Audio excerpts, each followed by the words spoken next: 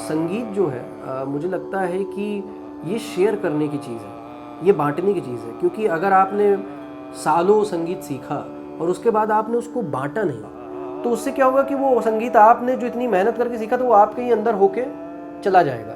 लेकिन आज मैं हूँ, कल मेरा संगीत कोई और गाएगा, जब मैं नहीं रहूँगा तब भी मेरा संगीत अमर रहेगा। मैं तो उन्हीं के बनाए बिना ना मानूंगी, ना। तो ये जो टीचिंग है ये बहुत ज़रूरी है और इसको मैं बहुत इन्जॉय भी करता हूँ। इससे मेरी चीज़ें रिवाइज भी होती रहती हैं, खासकर शास्त्रीय संगीत में।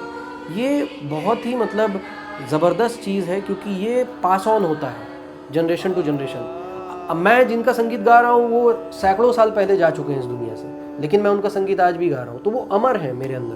दीन बंधु दया सिंधु, दीन बंधु दया सिंधु, सुनिए प्रभु मेरी, सुनिए प्रभु मेरी। मैंने संगीत जो है वो बचपन से ही सीखा है और मेरा एक घराना है संगीत का, बनारस घराना, जिसमें बहुत बड़े बड़े दिग्गज कलाकार हुए हैं। गुरु हैं उसमें प्रथम गुरु मेरे दादाजी, जिनसे मेरा गंडा बंधन हुआ है, और पंडित गणेश प्रसाद मिश्र जी, जो कि भातखंडे म्यूज़िक यूनिवर्सिटी जो अभी संस्कृति विश्वविद्यालय हो गया है, तो लेकिन वो पहले कॉलेज था तो उसके प्रिंसिपल थे वो, और वो रिटायर हुए। और मेरे पिताजी पंडित विद्याधर मिश्र जी, जो कि HOD थे इलाहाबाद यूनिवर्सिटी में, सीनियर प्रोफेसर थे। तो इन दोनों लोगों से मेरी तालीम हुई है, शिक्षा हुई है। लेकिन मैंने अपने घर में बहुत सारे लोगों जिनसे मैं इंस्पायर हूँ, जो मेरे इंस्पिरेशन है, उनकी फ़ोटोज़ भी मैंने लगा रखी हैं। और सबसे पहले मेरे नाना जी पंडित राजन साजन मिश्रा जी, उनसे बहुत कुछ सीखने को मिला। बचपन से मैंने उनको आइडलाइज़ किया है, तो उनसे बहुत सारी चीज़ें सीखने को मिली। पंडित अजय चक्रवर्ती जी, पंडित भीमसेन जोशी जी, उस्ताद राशिद खान साहब, तो ये जितने लोग हैं, इन लोगों को मैंने बचपन से बहुत सुना है और इनके संगीत को बहुत समझा है और उसको कोशिश की है कि अपने अंदर उसको लूँ और उसको फिर मेरे अंदर से कुछ निकले। सानिध्य या ऐसे लोगों का आशीर्वाद मुझे बहुत प्राप्त हुआ है और उनसे मैंने बहुत सारा एज इंस्पिरेशन मानकर मैंने बहुत सारी चीज़ें सीखी हैं और खूब सारी मेहनत की, मेहनत कर रहे हैं, सीख अभी भी रहे हैं, प्रैक्टिस चल रही है। लेकिन जो भी हमने संगीत सीखा है, कोशिश कर रहे हैं कि उसको देश विदेश में हर जगह उसको फैलाएं और अपने घराने का, अपने गुरुओं का, अपने संगीत का, खासकर शास्त्रीय संगीत जो है उसको हम जन जन तक पहुंचाएं, क्योंकि ये हमारी धरोहर है, हमारा कल्चर है। तो मैं क्लासेस भी लेता हूँ, टीचिंग भी मेरी चल रही है ऑनलाइन ऑफलाइन क्लासेस की, साथ साथ कॉन्सर्ट्स भी करता हूँ, रिकॉर्डिंग्स भी करता हूँ और कंपोज़र भी हूँ, तो बहुत सारी चीज़ें कर रहा हूँ। शास्त्रीय संगीत में बहुत सारे घराने हैं और गायन के साथ साथ अलग अलग घराने हैं, तबले के भी, डांस के भी। और इसका जो मैं समझ सकता हूँ कि मध्यकाल में इसका जो है जन्म हुआ। और घराना क्या है कि मतलब जयपुर में अगर एक घराना विकसित हुआ, कोई ग्वालियर में विकसित हुआ, कोई बनारस में विकसित हुआ, कोई लखनऊ में विकसित हुआ, ठीक है, तो बेसिकली वो वहाँ के राजा जो हैं, वहाँ के जो कोर्ट म्यूजिशियन हैं, वहाँ से वो निकला, ऐसा माना जाता है। और घराना तभी इस्टेब्लिश होता है जब जहाँ से वो निकला उसके बाद उसकी जो 3-4 पीढ़ियाँ हैं वो लगातार उस चीज़ को फॉलो कर रही हैं। कोई भी राग मान लीजिए मैं गा रहा हूँ, ठीक है, मैं बनारस घराने से हूँ, मैं कोई भी राग गा रहा हूँ और वही राग कोई दूसरे घराने का भी गायक जो है वो गा रहा है, तो स्वर तो नहीं बदलते, लेकिन जो स्टाइल है गाने की वो बदल जाती है, जो तरीका है वो बदल जाता है, जो आलाप करने का तरीका है वो बदल जाएगा, जो बंदिश को दिखाने का तरीका है वो बदल जाएगा, जो उसका साहित्य है बंदिश का शायद वो थोड़ा सा अलग रहेगा, जो हम उसमें ताने करेंगे, जो सरगम करेंगे, जो ताल के साथ जो उसका एक सामंजस्य है वो शायद अलग रहेगा। तो बेसिकली जो स्टाइल है वो फ़र्क हो जाता है, बाकी देखिए स्वर तो वही है। और पहले तो देखिए मीडिया था नहीं, मतलब ऑनलाइन जो हमारा प्लेटफॉर्म्स है वो थे नहीं, तो क्या हुआ कि अभी इतना इजी हो गया है अलग अलग घराने को सुन पाना, अलग अलग घराने के म्यूजिशियंस को सुन पाना।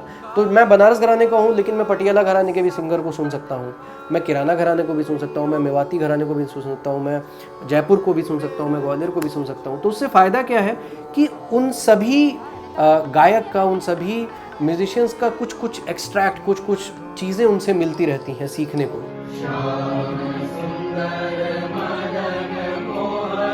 लेकिन फिर जब थोड़ा सा बड़े हुए और थोड़ा मैच्योर हुए तो ये था कि नहीं, मतलब कमाना भी है, पैसे भी उससे अर्जित करने हैं और साथ साथ उसमें आगे भी बढ़ना है। तो ये जो भी अपने गुरुओं से सीखा समझा जो भी ज्ञान था, उसको हमने ये सोचा कि एक एकेडमी के द्वारा अपने दादाजी, अपने गुरुजी के नाम पर मैंने एकेडमी खोली है, पंडित गणेश प्रसाद मिश्र म्यूज़िक एकेडमी, ओमकार नाम से।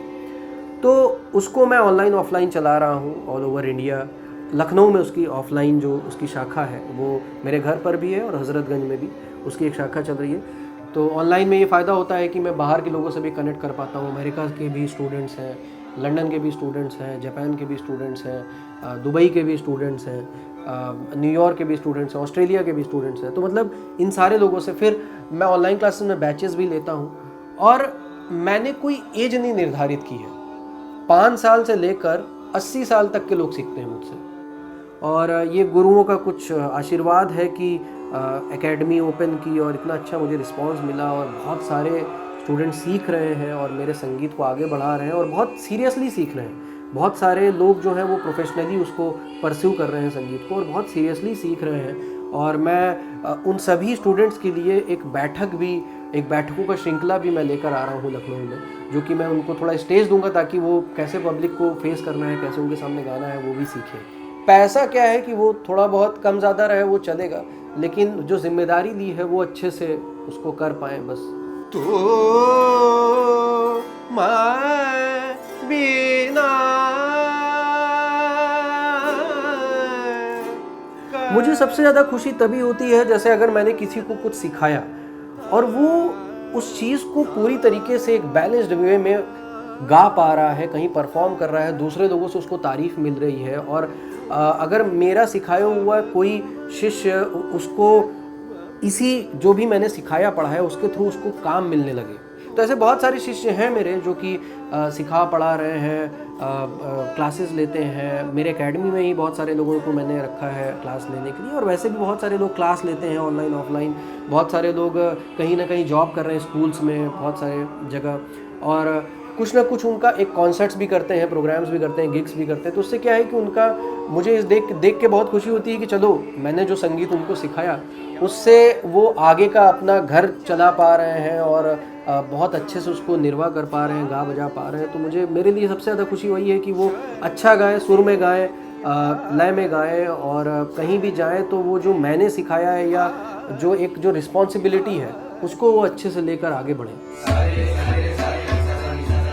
ये गुरुमुखी विद्या है और इसको बिना गुरु के सीखा भी नहीं जा सकता। आप सोचें कि बहुत सारे लोग कहते हैं कि मैंने सीखा नहीं है। बहुत सारे फेमस लोगों का मैं नाम नहीं लूँगा, लेकिन फेमस सिंगर से जो कहते हैं मैंने कभी सीखा नहीं। देखिए, ये तो कहीं हो ही नहीं सकता कि उन्होंने सीखा नहीं। कहीं ना कहीं से तो आदमी सीखता ही है, कहीं ना कहीं से सीखता ही है। कोई ना कोई किसी न किसी से इन्फ्लुएंस होता है, कोई ना कोई उसका अपना एक आइडल होता है जिससे वो हमेशा सीखता है और चीज़ों को समझता है। तो आजकल सीखने के माध्यम बहुत हैं, कॉन्सर्ट्स होते हैं, लाइव कॉन्सर्ट, उससे जाके आदमी सीख सकता है। यूट्यूब इतना बड़ा प्लेटफॉर्म है, उससे जाके डिजिटल ऑडियो प्लेटफॉर्म से उससे आदमी सीख सकता है। और फिर लेकिन मैं अभी भी समझता हूँ कि जो सामने बैठकर गुरु का सानिध्य प्राप्त होता है वो उसका कोई तोड़ नहीं है। क्योंकि आप जितने भी बड़े सिंगर्स को देखेंगे, आप चाहे इंडस्ट्री में भी बड़े सिंगर्स को देख लीजिए, चाहे वो लता जी हैं, चाहे आशा जी हैं, चाहे रफ़ी साहब हैं, चाहे मन्ना डे जी हैं, चाहे जितने भी और नए में भी जितने सिंगर्स हैं, चाहे वो सुनिधि चौहान जी हैं, श्रेया घोषाल जी हैं, सोनू निगम जी हैं, हरिहरन जी हैं, अरिजीत सिंह।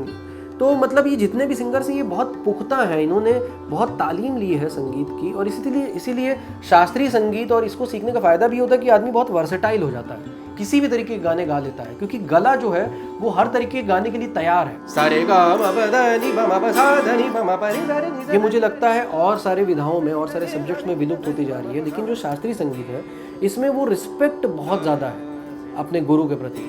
तो क्या है कि वो कितना भी नाम कमा ले, कुछ भी कमा ले, लेकिन वो अपने गुरु के प्रति आदर सत्कार, वो अपने गुरु का जो सिखाया, जो पढ़ाया, जो चीज़ें हैं, चाहे मैं अपने गुरु के लिए बोलूँ या फिर मेरा सिखाया हुआ शिष्य अब मेरे लिए बोले, वो कभी नहीं भूलते। तो वो हमेशा उनके दिलो दिमाग में रहता है। तो वो डाउन टू अर्थ, क्योंकि संगीत आपको बहुत पोलाइट, डाउन टू अर्थ और काइंड बनाता है बहुत ज़्यादा, और गिविंग बनाता है, देना सिखाता है। अब मैं जिनका संगीत गा रहा हूँ वो सैकड़ों साल पहले जा चुके हैं इस दुनिया से, लेकिन मैं उनका संगीत आज भी गा रहा हूँ, तो वो अमर है मेरे अंदर।